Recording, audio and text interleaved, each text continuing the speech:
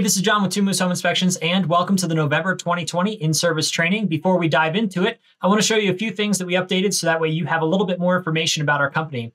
If we first head over to Two Moose Home Inspections website, what you can see is that we've updated a significant amount of things on the website. We have new videos, we have new text, we have a whole bunch of just everything on the website. So an easy place to start, let's say if we were to click on the 360-degree photos, then that would bring us up right here to our 360-degree photo page. And on this page, you would see that we have a video that's describing our 360-degree photos. You'd see that we have 360-degree photos that you could click into, move around, do whatever you need to, and that would be that. So then moving on from this, we also have, if you go to the bottom, you can see like here are our sewer scope pages. So if you go to the sewer scope page, again, you are brought up to a video. You have a whole bunch of text, a whole bunch of information. If you want to schedule a sewer scope inspection, if you just want to contact us, we have all the information that you need to be able to basically make an informed decision about whether or not you want or need a sewer scope inspection. This is probably a bit overkill, but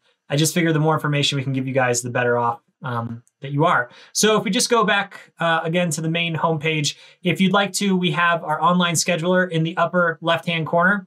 We also have the ability to schedule a home inspection here or to view our sample report.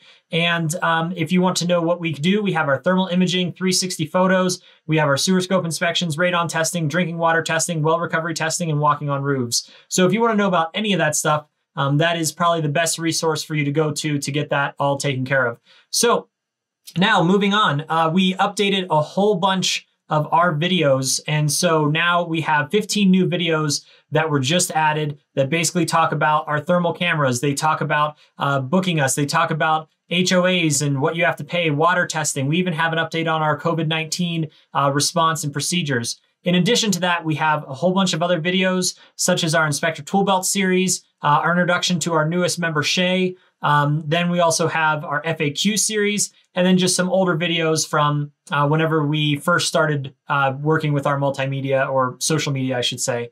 So anyway, that's basically the overview of what we have going on there. So without further ado, let's go ahead and jump into our training that we went over this November with our inspectors. So for our training, we are here at our dashboard, and there's been a lot of updates to our policies and procedures. And right now we're just going to hop into November 2020 in-service training. So as that loads up, give me just one sec there. Main thing is, as far as safety is concerned, we got new climbing gear. We also looked at some fall line protection resources online, video stuff. These are the procedures that we've been using, but we just kind of made the process a little bit better documented. So that way we have a much better documentation of the procedures that we're doing. This goes into our whole OSHA safety plan, which we'll be talking about in the December in-service training. Just a lot of updates to make sure that our inspectors are extra safe, not just for the pandemic, but also just safer when walking on roofs, safer when just interacting with the house, because the house can hurt us and can hurt us very, very badly. And we just want to make sure we're safe. So then the next thing is we ordered new roof climbing safety equipment, new video production equipment, which was all used for our short report series, which we just saw right here.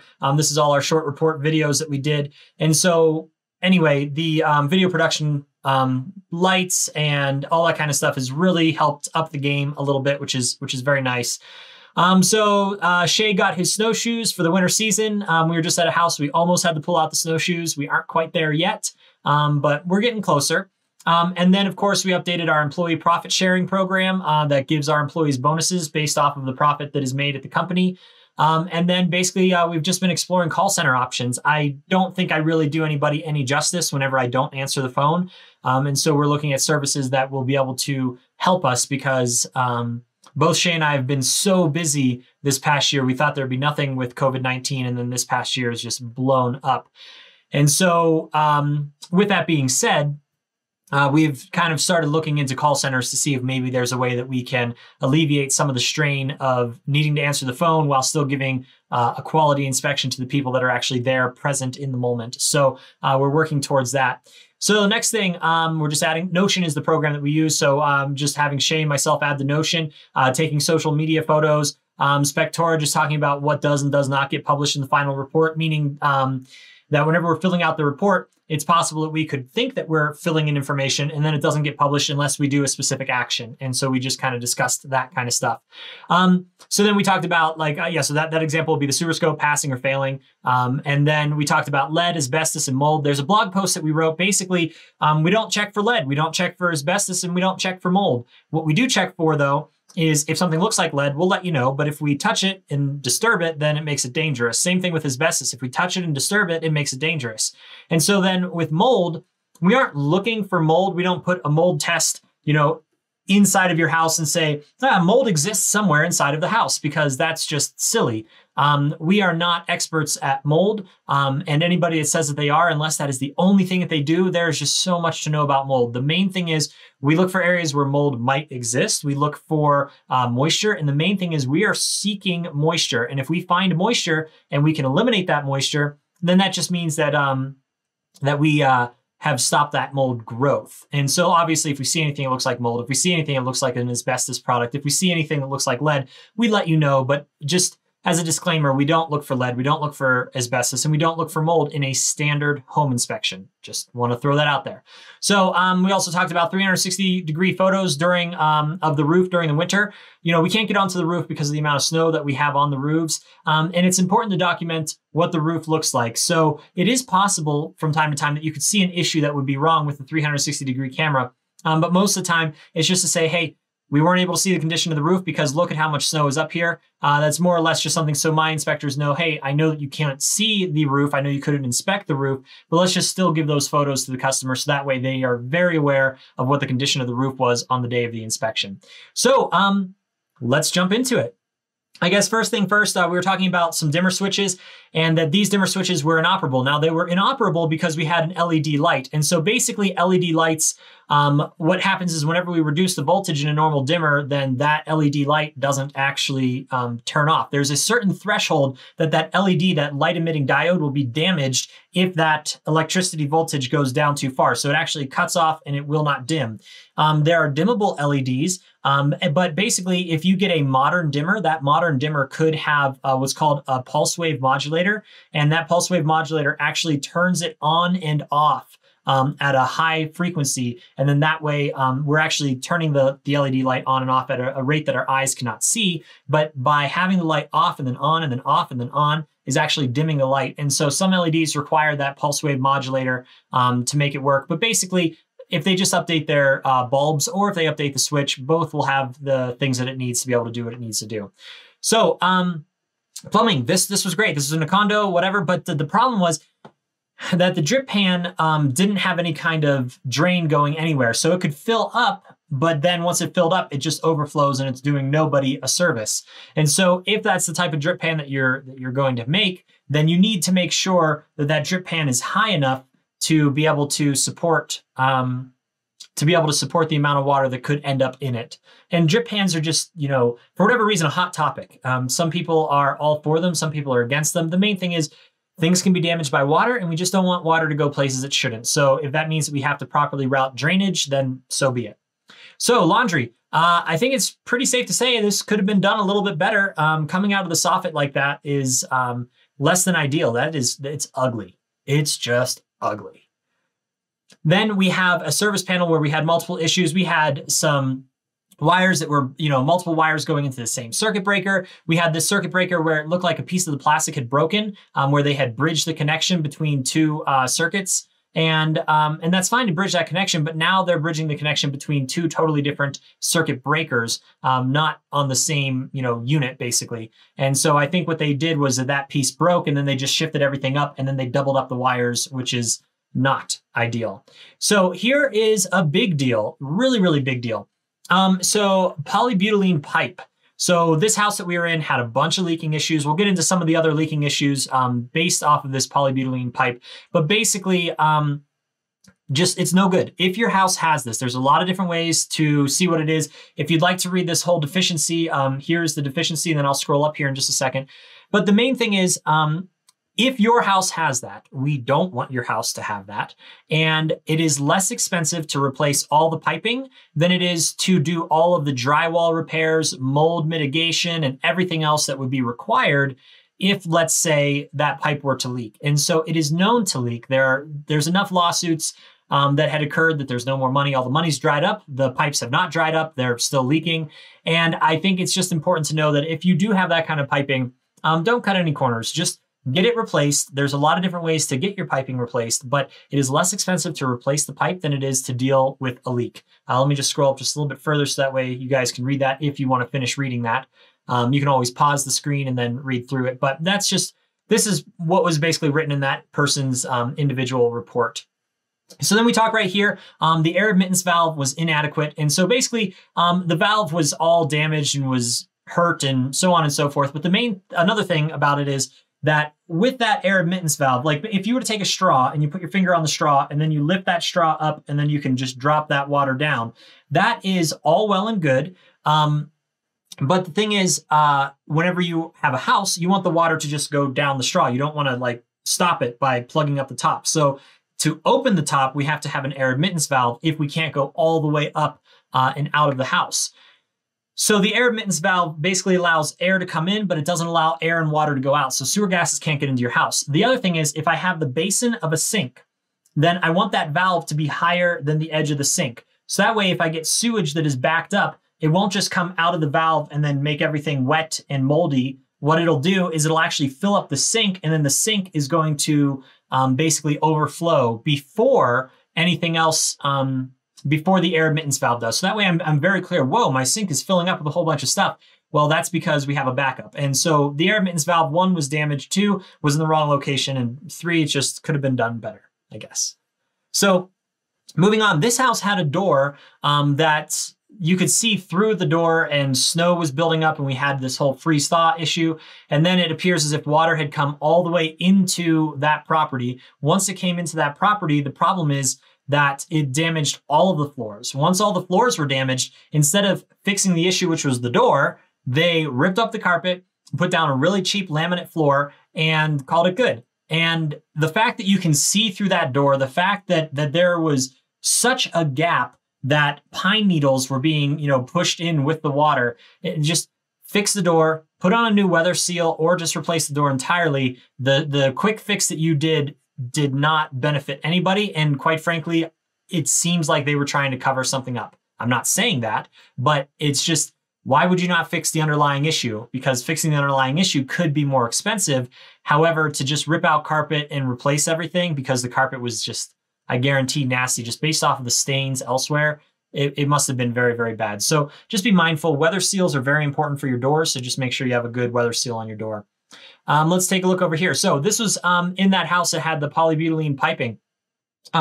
There was a vapor barrier that was underneath the house, and you could just push up on that vapor barrier and it was like a water bed. It had just completely filled up from the leaking polybutylene pipe. Now the problem is, so mold shouldn't be able to grow in a fiberglass insulation. However, I don't know if I necessarily want soggy old fiberglass insulation. So let's just say you have to pull down all of the vapor barrier. Then once you've pulled down all the vapor barrier, you then have to go through and you have to basically remove all the piping, redo the piping, remove all the insulation, redo the insulation, and who knows how many of the joists have been damaged. The floor had some kind of bounce and sag to it. And so with that floor having a bounce and sag, more than likely the wood is damaged, and the cost of repair, like I said, if your house has polybutylene, pretty please, just get it fixed. That's all you have to do. Just get it fixed, because the cost of any other repair, because all of this work is going to have to be done in a really tight crawl space, and a really tight crawl space makes the work more expensive because the work is more difficult, and getting supplies down there is more arduous, and it's just not ideal. So please, polybutylene piping, get it fixed. If you're buying a house with it, figure out a way to either get the seller to fix it or give you one heck of a good credit to get that resolved. So let's talk about this 1930s house in gypsum. It had the most issues for 2020, and it's in 3rd place overall. Keep in mind, 3rd place overall, that's a pretty big deal. But it's the most for 2020, and it was built in 1930. Really, like, neat house. Like there's some very, very cool things about it. And whenever I was talking to my inspector, Shay, he's like, how do you always find all these gems? You know, and like he referred to them as a gem. And the reason why is because these are really cool houses to inspect. There's so many things that could go wrong, that do go wrong. And it's just really interesting. I think the majority of these next issues are all based off of this house, just because it's a good learning point. So what we can see right here is this is knob and tube.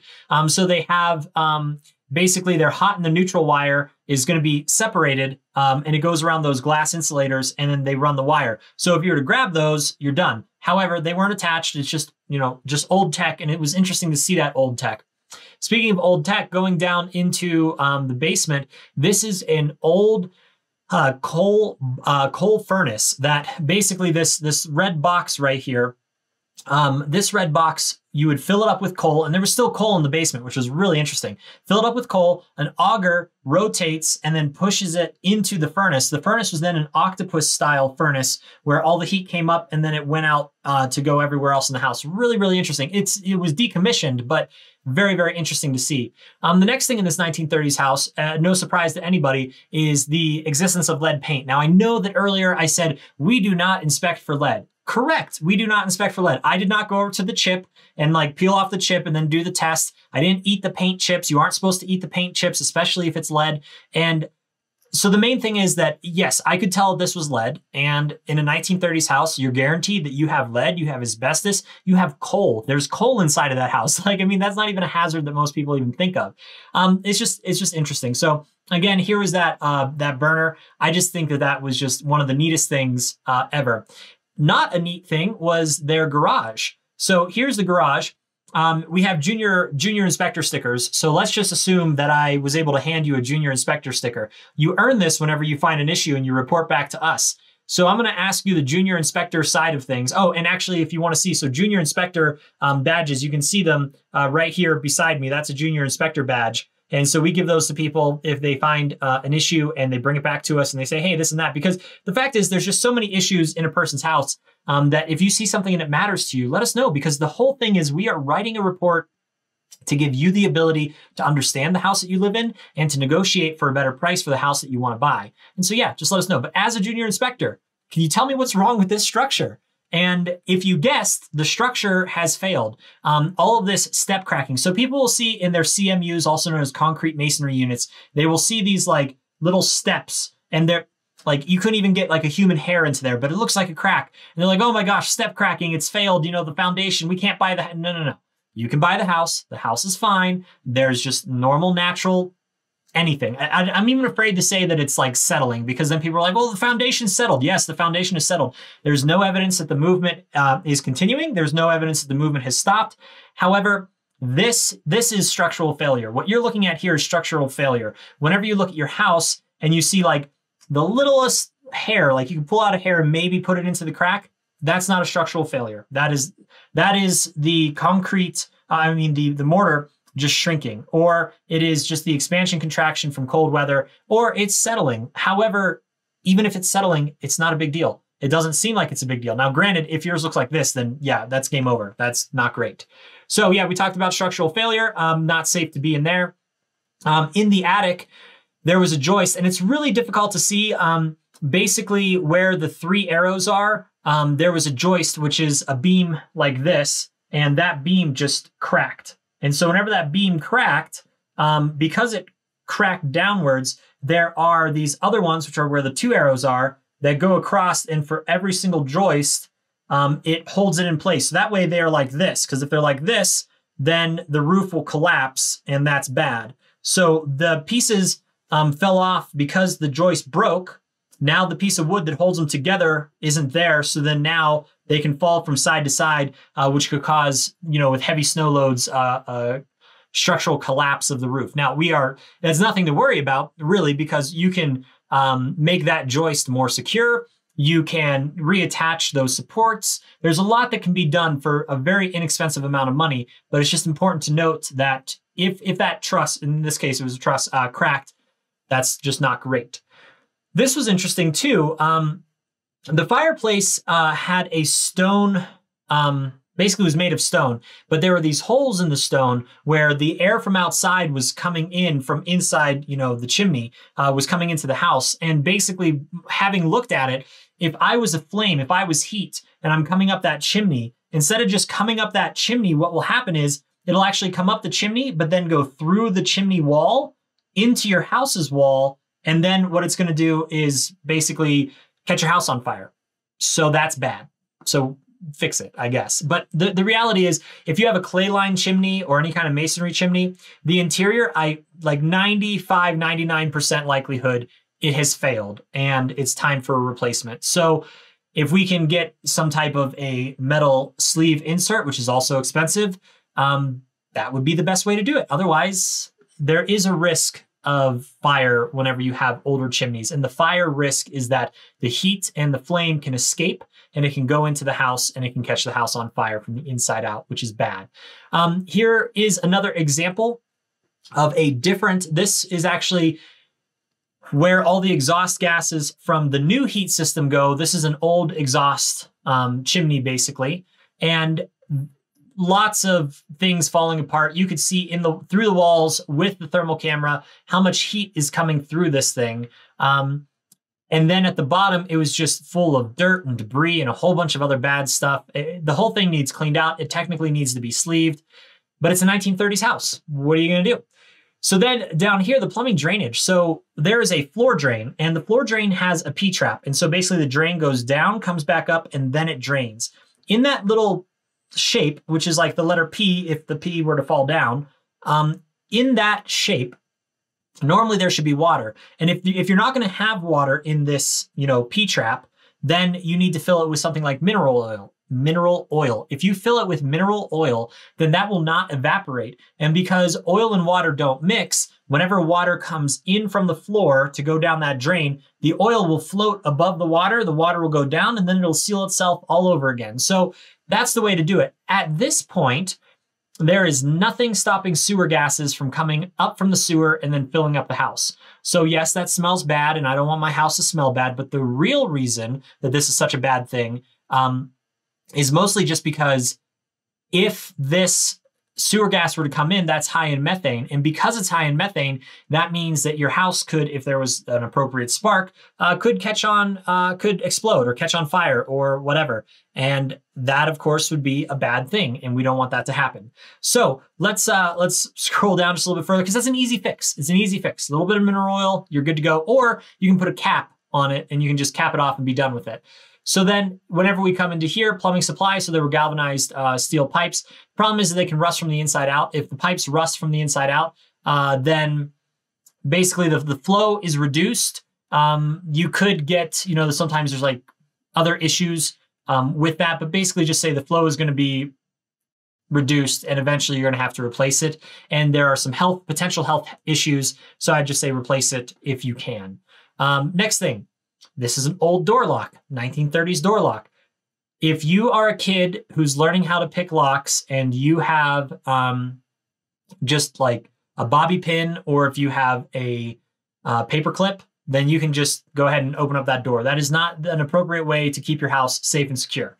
There are better ways to do so. And my recommendation would just be, nowadays we have these electronic locks. And these electronic locks are amazing. You put in your door code. There are even ones that can tell you if the door is locked or unlocked. You can do it from any, distance. You can do it from anywhere in the world to lock it, unlock it, or know what its status is. There's just a lot of improvements for your own security, and you don't have to necessarily have a physical key, especially if you're going to rent. If you're going to rent the property, having a physical key means that anybody at any time could make a copy of that and they could go into that home whenever they want. Versus having a code that only has a certain lifespan, where if you had a short-term renter, they can come in, put in the code, and then once, that date has passed, then their code's no longer valid. It's out of the system and they can't get back into the property. That is, a preferred way to do it. Not an old, skeleton type key like this. Like that's not modern and it's not safe. So moving on. So the parging failure. So basically that is like, think of it as like a thin coat of like a mortar or concrete, basically. And if you guys want to read through what we, wrote up about this particular house, here is all of that. And yeah, it looks like you can read the entire thing. The main thing is that it fails over time. And on this particular house, which again, 1930s house, water was coming in behind that foundation wall, and you could just tap at that parging. And whenever you would do that, it would just flake off, which means that it's not doing what it's supposed to do. We try not to damage people's houses, but like if you just touch it and it falls, that's not really damaging the house. The house is already damaged. And it's a 1930s house. So anyway, interesting thing there. We really want to get like proper chinking, and we want to cap the end grain whenever possible with a log cabin. And the chinking expands and contracts a lot more than like a standard caulking would. And so you want to make sure you're using chinking, because otherwise you just aren't doing exactly what is needed to prevent water intrusion, air movement. And keep in mind that if I had a hole about this big, throughout the course of a year, I can have gallons of water, of moisture, water vapor coming through the house and could be causing issues. Now, we're in a very dry area, so it doesn't cause that many issues. However, that does make the house less comfortable, because you have to, deal with air movement and that taking away the heat. So if you're walking through certain parts of your house and some rooms are colder than others, that's probably because you have a little bit of air movement inside those areas. So that's why we want on those log cabins for chinking to be extra good. Now, I was in a $2.5 million log cabin. Gorgeous, absolutely gorgeous here in Silverthorne. And there were so many flies. There were just so many flies in this house. There were hundreds of dead flies around the windows, on the floor. And whenever I took the thermal camera, it was so clear, it's so evident that the wood naturally kind of like twists and cracks. And as it shrinks, it opens up these like gaps. And coming through these massive logs, were these cracks that would make it all the way through. And then these flies were flying through that or entering the house.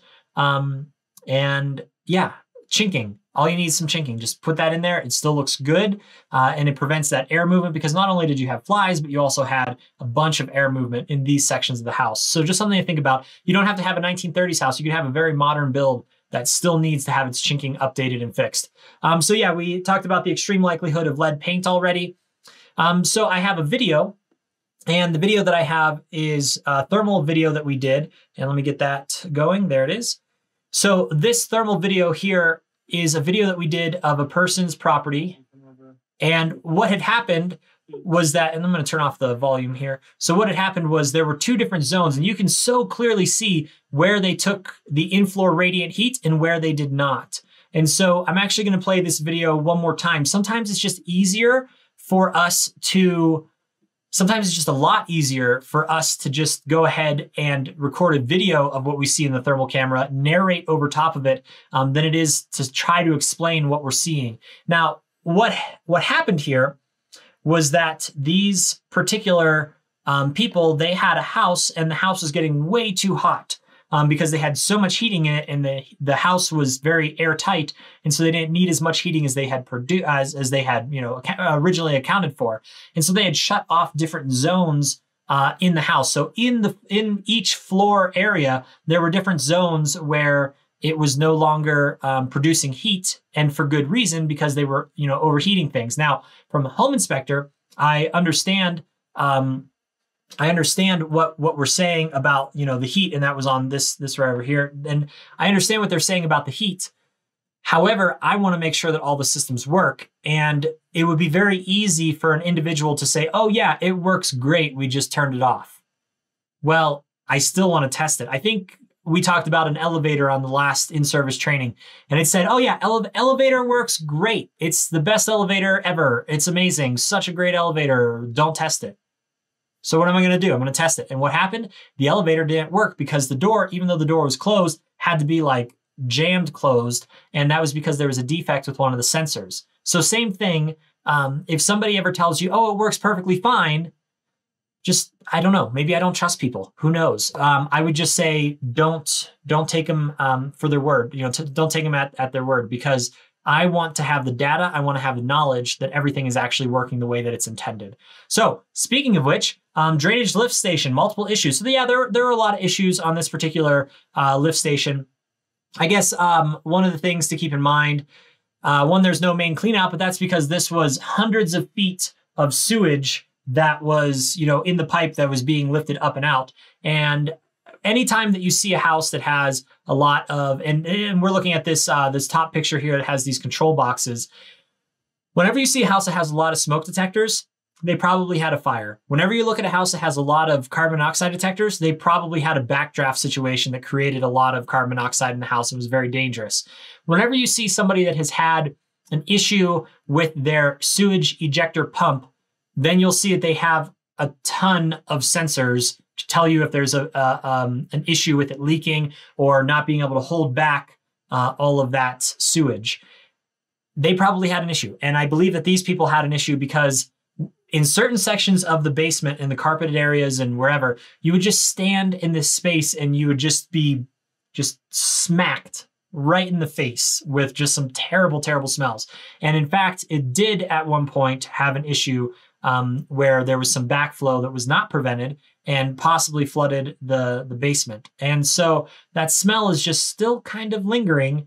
And so anytime that you see somebody has a lot of warnings, like smoke detectors, carbon monoxide detectors, backflow detectors, water, detectors for leaks, they probably weren't proactive and they were probably reactive, and they probably put that stuff in after they had an issue. So just something to keep in mind. Also, you can see it on one of these pictures right up here, but using a painter's tape, green frog, painter's tape and electrical tape, painter's tape lid and electrical tape to seal an airtight sewage system, that's not adequate. That is not actually an airtight seal. You need to have the proper seal. So using, again, that lid from your painter's tape and using some electrical tape to hold it down, not going to cut it. Just not at all going to cut it. So then we move on, electrical receptacle. So I think we've talked about these before, but anytime that there is a GFCI trip that's inadequate within 200 milliseconds, this one was 349. You can see the sink directly behind me, which means that if I were to put my device into that water, accidentally drop it, then we're going to get electrocuted. And electrocuted, you can't tell people about. Shocked, you can tell people, but electrocuted, you're dead. Because this is not going to trip within 200 milliseconds, and that is extremely, extremely dangerous. So whenever we test something, it's strange to think that you can feel 200 milliseconds whenever you press the button to trip the GFCI, but you can 100% feel if something is a little bit slow. And then you plug in your next level device and you're like, oh yeah, 349 milliseconds. Holy cow. Like that felt real slow. And sometimes like around like 150 milliseconds, you'll be like, oh, that seemed really slow, because a lot of these are tripping at like 40 milliseconds. It's like almost instantaneous whenever you press the button to trip it. And whenever it's like trip click, then that's like, oh, okay, that seemed a little slow. And you look at it, it's like 120 milliseconds, which is still fine. But you just want to make sure if you have an old GFCI, sometimes the mechanical workings of it are not quite as good as they could be.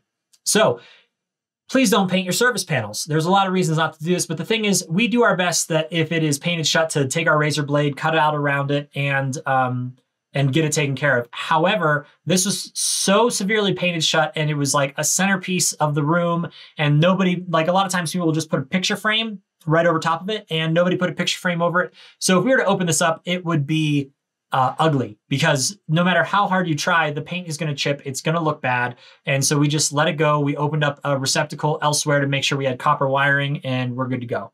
So this house here had a lot of potential for erosion, just a lot of potential for erosion. Very steep inclines and not a lot of support, and a lot of runoff from roads and other things like that. And so you just want to be mindful. Best thing to stop erosion is plant more plants, do more landscaping, and of course have proper water management systems. But overall, I would say, yeah, if you could plant a tree in there, then that soil is going to stay right in place. And you plant a tree, so like that's good. So moving on to this, the well supply head was unprotected. And what that means is that if I was a snowplow driving down that road and I'm pushing my snow, my job is to push snow. My job is not to protect your well heads. My job is not to, really do anything other than push your snow, and I'm going to push it to the easiest place I can. This was dead center. I could not get a plow to the left or to the right, which means that if I'm going to plow that driveway, what am I going to do with the snow? I'm going to push it into your wellhead. And what's going to happen to your wellhead? It's going to get damaged. So something to think about, I would say. Here, I love it. Whenever people say, hey, there's an issue, I'm like, great, there's an issue. That goes back to that elevator story. If they would have said something is wrong with the elevator, I'd be like, okay, something's wrong with the elevator. We're not going to touch it. And with this, they said, hey, caution, there's some things that were going on. We're still fixing. We're still doing whatever. That's great. Now, the one thing that came up with this, and I believe I have a better picture, there it is that in order to support a hot tubs weigh like 6,000 pounds easily. And so we need to have adequate support. And everywhere that you see a green arrow, there are doubled up joists. And then where you don't see the green arrow, there's just a single joist. And basically we were partially supported by that single joist. And so we want to move the tub probably 10 inches, I would say, onto all of those doubled up joists, because we want to make sure that what is supposed to be supporting it is supporting it. In this particular instance, would it be just fine? Yeah, more than likely to have no issues whatsoever.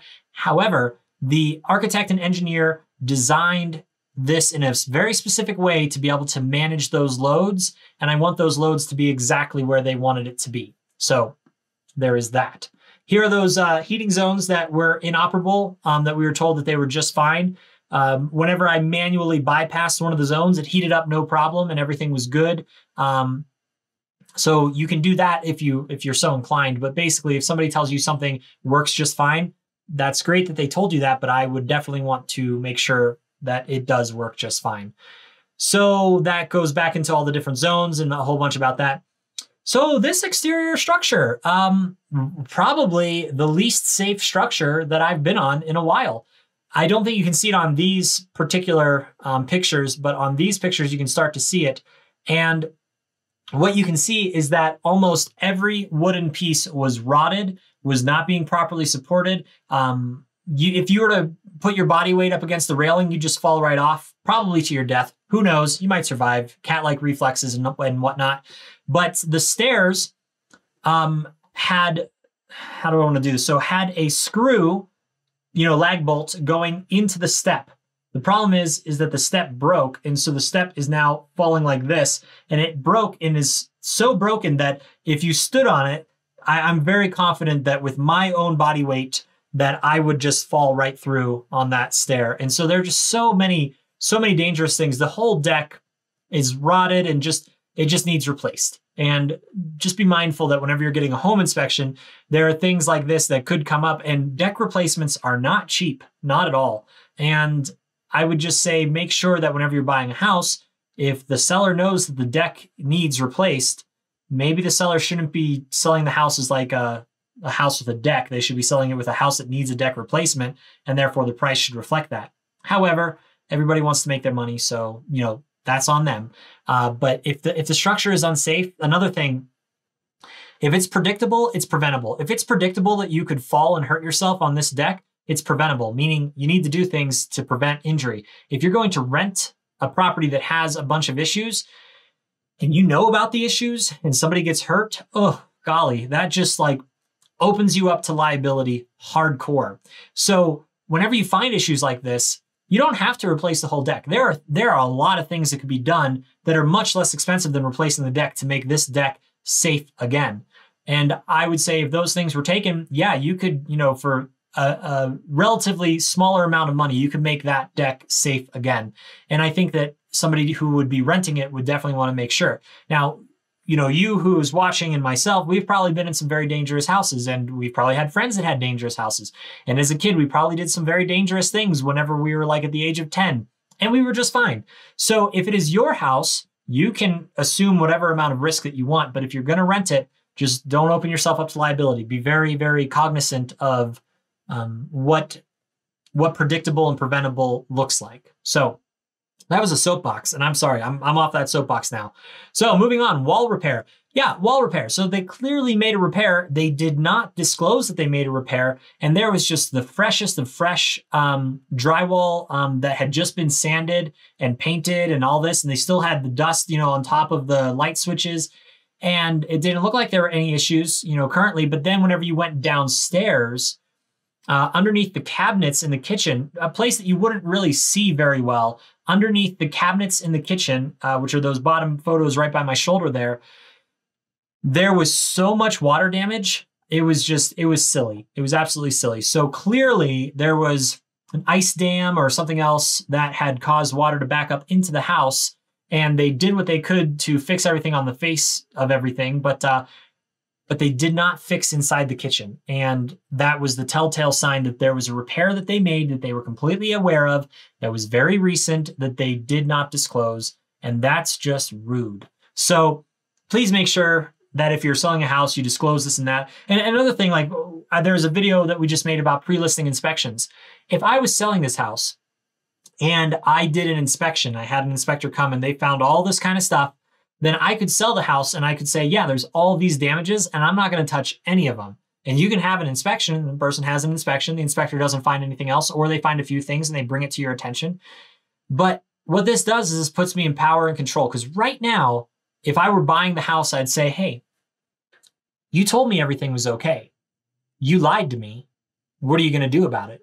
Because whenever you blatantly repair something, that's just rude. It's just rude. If you were to say, yeah, there's an issue and I'm not going to pay for anything, you know, I like you because you're a straight shooter and that's awesome. You keep it up. But if you're going to try to hide it and then an inspector finds it, I just don't like that. I don't know. Poor integrity, I guess. And I'm not saying that these people had poor integrity because, you know, libel and slander, but what I am saying is that there's a better way to approach certain issues. So let's move on.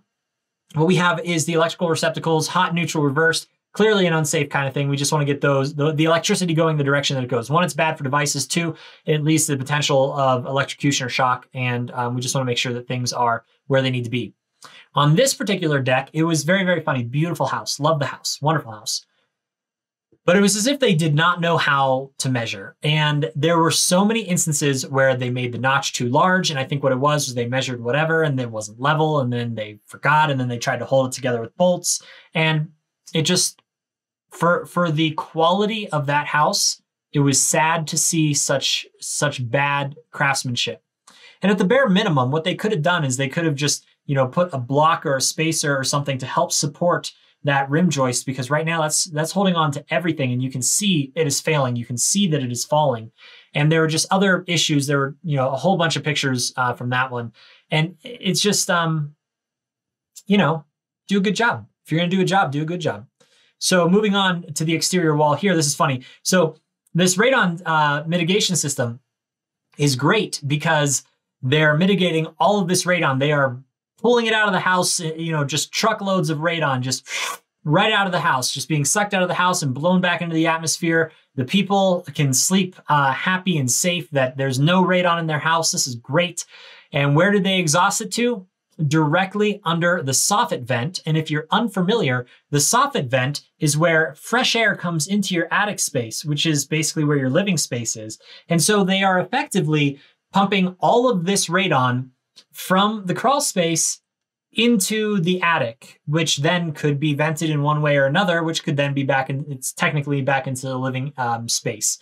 So if you're going to do things right and don't exhaust your radon directly back into the house. That's just seems counterintuitive, but teach their own. Moving on from here, it was actually the same radon mitigation system. And they did all of this great work and they had all this conduit and they did all these things that was just wonderful, absolutely wonderful. Oh, and there was no GFCI on this breaker, which is right next to a hot tub. That's a whole other thing. But on this one, they then used an extension cord wire and wired that in and had it plugged in. Why not permanently wire it, get a weatherproof switch if you want to turn your radon system on and off, which is what most all radon systems have. This installer ran the conduit and then just had an extension cord plugged into an exterior outlet. And the exterior outlet had a cover on it that was unable to fully close while something was plugged in, meaning that it was no longer weather sealed for a permanent installation in a high alpine environment. Come on.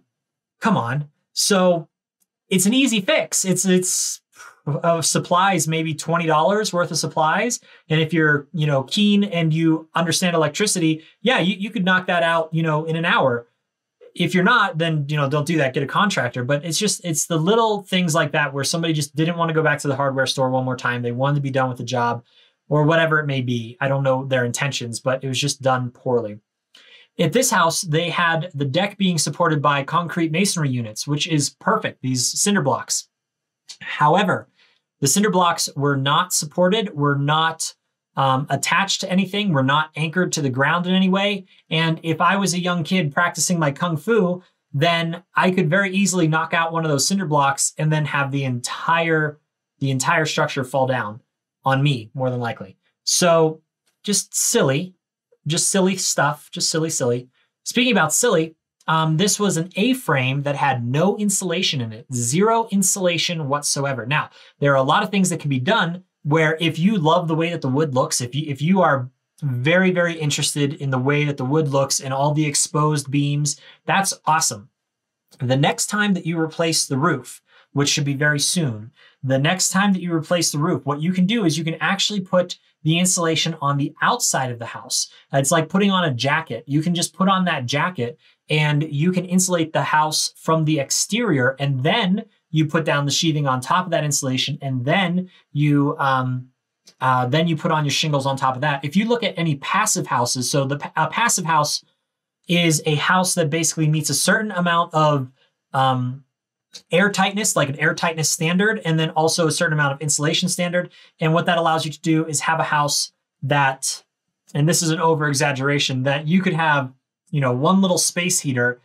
You could have your wife's hair dryer or your hair dryer. You could have your hair dryer, and that would be enough to heat the house during the winter because a passive house is so tight. And if you look at passive houses, that's how they do a lot of their installations. They'll actually put it on like a jacket on the exterior, and then that prevents a lot of thermal bridging and a whole bunch of other things. And you can see the thermal bridging going on as well in this photo. But the main thing is that it is 95.3 degrees Fahrenheit on a 60-degree day. That's just baking the inside of the house. And what do you think happens on a 10-degree day? It's just not ideal. So in this house, in between the balusters, the spacing was too large. And I like to think of myself, as I said before, as grandpa, as a 6-year-old version of myself, and as a water droplet. In this case, as a 6-year-old version of myself, I could just fit right through there and fall off the balcony, and that's no good. So you want to reduce that spacing. Now, the other thing that you'll notice is that to fill in those spaces, they have this kind of translucent glass.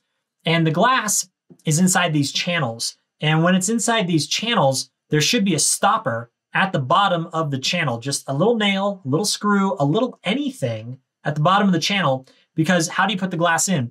You slide the glass up, and then once you've slid the glass up, then you should put a stopper in there so the glass can't slide down. Right now, if there was a vibration or a bump, that glass could fall, could just slide all the way down and out, and it would be just like a guillotine. And that would be bad. It could kill somebody. So that's why it's red. Just put in some stoppers and you're good to go. You got, what do you need? 10 cents for enough nails to fix that? Perfect. Anybody can do it. The main thing is some people just don't see these things as risks or as hazards or as other things like that. And as a home inspector, I'm probably hyper sensitive and hyper aware of some of the things that can be dangerous to a person. And some people could go their entire life and never have an issue and just never even realize how close they were to having a dangerous situation befall them. So just something to keep in mind. Then we talk about this here. So the condensate neutralizer, the cartridge just needs replaced. So basically this here, whenever you have a high efficiency furnace, then the condensation is normally very acidic. And before that goes into your pipes, before it goes back to the water treatment plant, before it goes into your septic system, you want to neutralize that so that way we aren't having any corrosion issues or any other issues, down the line. And you can just get new little beads that go in there that do all the neutralizing, and you replace that once a year, and it's no big thing. Just something to be to be aware of for an ongoing maintenance type item, that every year this might just be something you want to check. So this particular house was not getting enough heat. We did a whole bunch of just thinking and talking and so on and so forth. And what it looks like is that it could be that we have a bad recirculation pipe. It could just be that the thermal load is too high for the size of the system, which I think is more along the lines of what we're looking at. And what happens is that the water, whenever it is, whenever the water is cold, well, I will say, so the water is cold as it goes over and then it loops around. So sorry, what I meant to say, this did a bad job. The water comes as hot coming from the furnace. It then goes through the pipe and then it comes back cold. And so whenever it comes up and it's hot, then the cold is coming back in. And then that's just really, really hard on the boiler to take that freezing cold water and very quickly get it to be hot. So what they do is part of the hot goes to where it needs to go, and part of the hot goes to warming up this cold water that's returning, so that way the boiler doesn't have to work as hard. The problem is that I think that the thermal load for this particular house was just too great. And so therefore it wasn't able to, do what it needed to do. And so if you were to close that handle, then what that does is that then puts it into like power purging mode, where we basically close that off and the hot goes out, and then the cold comes back and then the hot goes out. And that means that your boiler is going to have to work double time. It's going to have to work really, really hard to heat everything up. So energy efficiency, it's much lower. However, the ability to handle a larger thermal load should be increased potentially, but I think there's more that might need to happen in this particular house in order to make that work. It's just something that I would then want to have some HVAC professional come in and say, you know what, actually, yeah, this is going to be the solution for this particular application, because every application is different, absolutely different, every single one. So here there are some wooden accents, and it's awesome that they put in these wooden accents. It was just huge beams, doing their thing, looked gorgeous, except that the wood shrinks, and the wood had shrunk, and it left these gaps that I could probably put, 3 of my fingers into this gap, and it just looked real bad. So what do? I mean, you could replace the timber, but then the next timber is going to shrink. So if you just go back to chinking, if you just put a bunch of chinking in there, you just fill it up with chinking, and then you're good to go. It fills up the gap, it can expand and contract, and it will then look more like a finished log cabin, more so than just some random pieces of wood butting up against each other. So it could definitely make that look a lot better. Moving on, I don't like live electrical wires. That's bad. I don't want to die when I go to work. Yeah, back to the OSHA safety plan we were talking about. There's a lot of things that can kill you as a home inspector, and I love my job. I love it. I just don't want to die while doing it. So yeah, keep us safe. Don't have exposed electrical wire. That's all I have to say about that.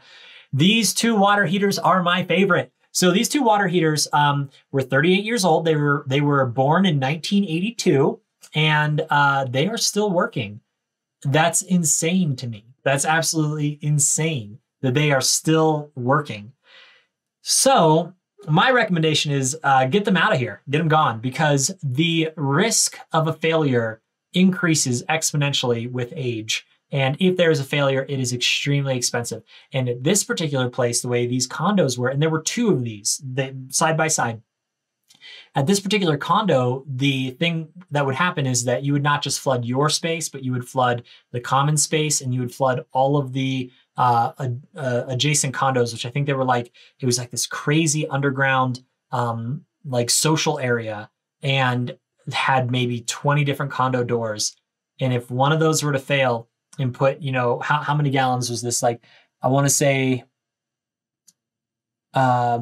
66, 80, I don't know. I think they were 80 gallons each. They were massive. But anyway, if that were to fail, you're flooding all your neighbors and you're paying for the repair. You need to get that taken care of. All right, so fireplace, glass, dirty. So basically we just have a bad air fuel mixture. We need to get that resolved. There's a lot of things that can cause that. Additionally, we may not be getting air coming in. And if we aren't getting air coming in, then what that means is that around that glass, it should be able to, clearly bring air in, and then that kind of protects the glass. And then that is what's used for combustion. And then if there's a bad air fuel mixture, that's just, obviously causing some buildup of other things. And so we just want to get that serviced ideally. So moving on, let me just tell you, this is not how you wire things in. So they had an electrical wire that was going into a new construction junction box that is supposed to go into the wall, that then had a dimmer without a cover plate on it, that then went into the extension cord back to the light. It was nutty. Anyway, not safe. So next things next, what we have is we have a loose receptacle. The receptacle had a loose wire connection, and with this loose wire connection, it was really not ideal. I plugged in my tester and everything was fine. And then whenever I touched my tester again and started to pull it out, all the lights shut off in one portion of the house, and it just went zzz. And anytime you hear that noise, that means it's arcing, which is not good because you could possibly, catch something on fire. So anyway, I pulled it out, and you have these quick connections where you can take the wire and you can put it directly into the quick connection.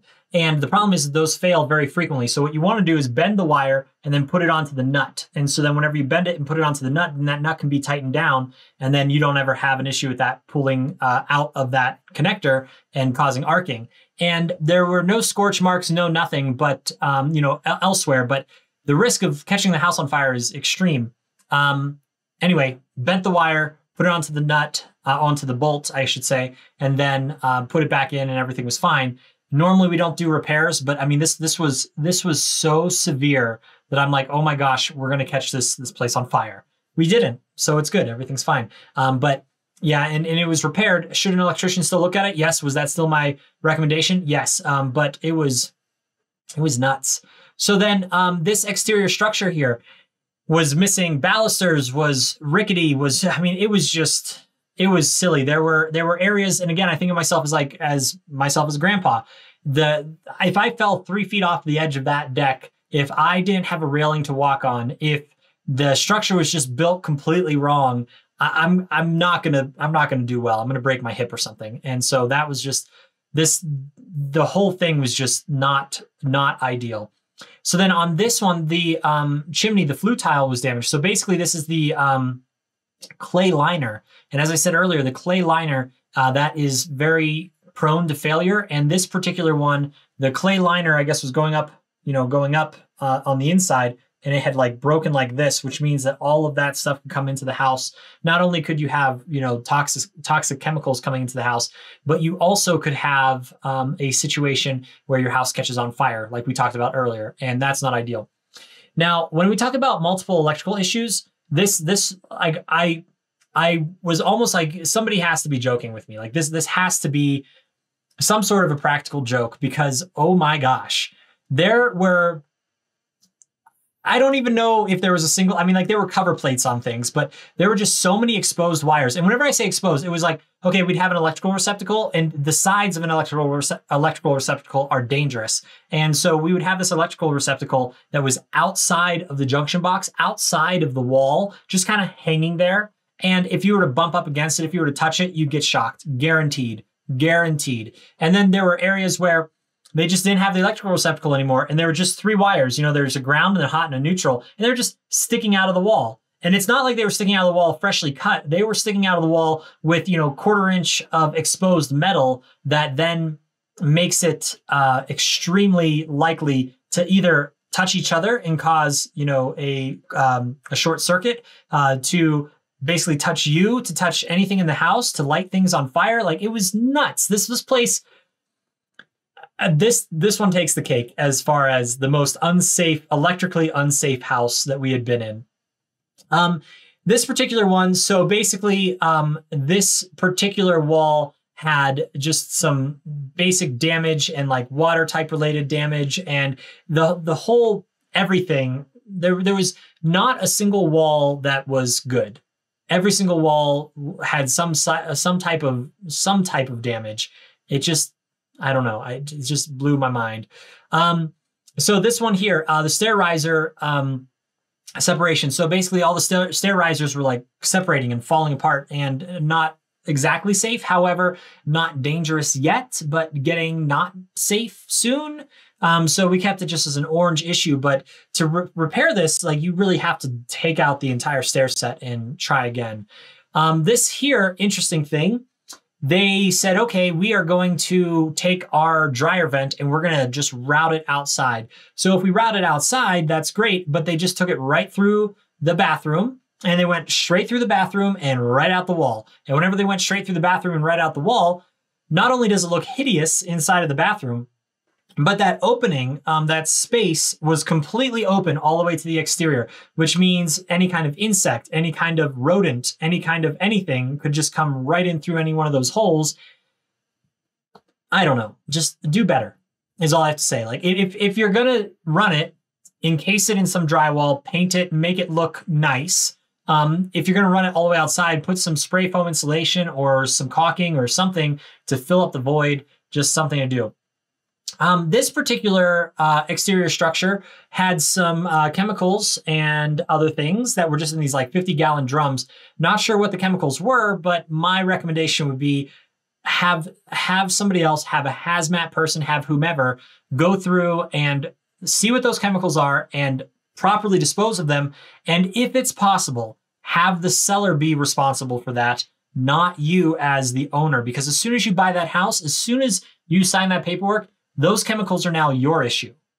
And what if the chemicals leaked? What if it condemned the house? What if whatever? Like stuff like that needs resolved immediately by you, your realtor, the seller. We need to know what those chemicals are and we need to get them gone before you buy the house, is my opinion. However, you guys do what you do. I just feel that strongly about it. All right, so this house had more mouse droppings than anything. I'm going to zoom in on a gross picture, so be prepared if you want, just don't look. But there is a dead mouse, and next to that dead mouse, you may notice are some dentures with only one tooth. This house was disgusting, absolutely disgusting. There were dead mice everywhere. There was mouse poop everywhere. And whenever we say everywhere, it's as if you had an entire crate of pepper and you were walking and you tripped and you just spilled that pepper onto the floor. Like we're talking just so much mouse poop. It was terrible. And then the fact that there were just dentures and the bathtubs were just filled with trash and this just, oh golly, it was very, very bad. We'll just go, since we already looked at that picture, we'll just go past it. But yeah, one tooth in the dentures, ridiculous. So this was an abandoned terminal. They had just removed some appliances. Just buy the $1 cap, put the cap on it to make sure that nobody dies. Yes, the valve is closed. However, I mean, I guess it could be a red issue. I mean, it's a red issue because if that valve is ever opened, then we're putting gas into the house and that could definitely cause an issue. But the main thing is we just want to make sure, and I think that both of these last two issues, I guess, are on the fence of like red issue or not. And this next one here, they had a vent pipe. And remember, we're talking about sewer gases, so methane. And they had this vent pipe coming up into the attic. And with that vent pipe going up into the attic, you're basically just filling your attic up with methane. And then if that catches on fire, then that's bad. And then also you just get all that. If you're smelling something bad, that's because there's bacteria or there's, proteins breaking down or there's volatile organic compounds, I guess is what it would be referred to as, that are breaking down. And that's just going to make your house smell. And they're just route it outside. I know they put on a new roof and the roofer forgot to take that one up and out.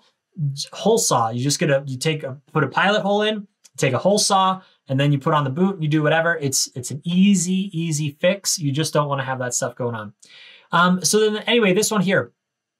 On the day of the inspection, there was a whole bunch of issues. The day before, there were no issues whatsoever. So the realtor was like, this was not like this whenever we were here just a day ago. And what had happened, I believe, is that I think that the unit above had a leak that then came down into the unit below, but who knows? There's a lot of things that could have caused this issue, and a lot more research needs to be done. But at this point, that ceiling is toast. It is completely saturated. It is done, absolutely done. So then here again, balusters inadequate. We just want to make sure we keep our kids safe. This one here is not like grossly, it's just 2 inches larger than it needs to be, but it's just not ideal. And this was actually Shay, our inspector here. And he and his wife had a kid. And I think now the kid's like 9 months old. And he's like, man, I'll tell you what, I'd notice these things and I'd note them and whatever. But now that his kid's like crawling and almost walking and doing all this kind of stuff, he's like, man, I am just like so hyper vigilant about child safety now. And I'm like, that as a home inspector, I'm like, heck yeah, that's about as good as it gets to be hyper vigilant. I'm loving it. So then we move over to this water heater. It could have been done a lot better. Should have taped the seams.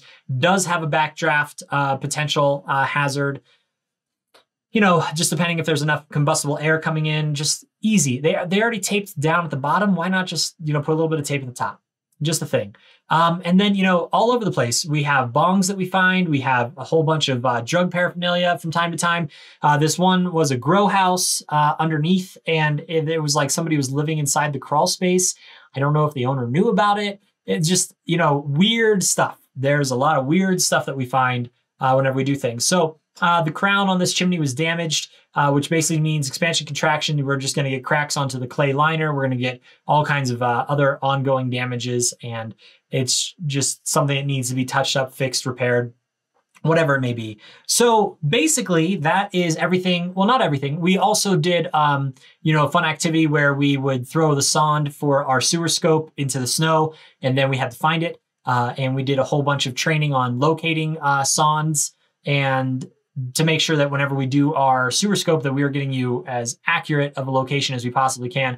And that was really fun. So throw it into the snow, see if you can find it, because if you can't, that's obviously bad. We want our sonde back. But it was a lot of fun. And then with our in-service trainings, if we haven't talked about it before, we always treat our inspectors' families to dinner and allow them to just relax and have a night to themselves. And so our in-service trainings, I think, are a good thing. One, for our education, but two, I also think that it really helps family dynamics as well. And I think that we do well by our inspectors, and I really like that about our business. Maybe that was a brag. I don't know. I was just reminiscing about the other day. So it was a good time. Overall, I would say we covered a lot of really good topics. We went into a lot more detail on a lot of these issues. I think we spent maybe 5 hours on this stuff, and it takes up all day pretty much, but I love doing it. I love making sure everybody's educated. I love that our inspectors want to educate our clients, and I think it's just great. But anyway, I hope that you enjoyed it if you made it this far. If not, no worries. And you wouldn't know that I said no worries if you didn't make it this far. Think about that. So if you have any questions, or if you'd like to schedule a home inspection, please visit twomoosehomeinspections.com. Have a wonderful day.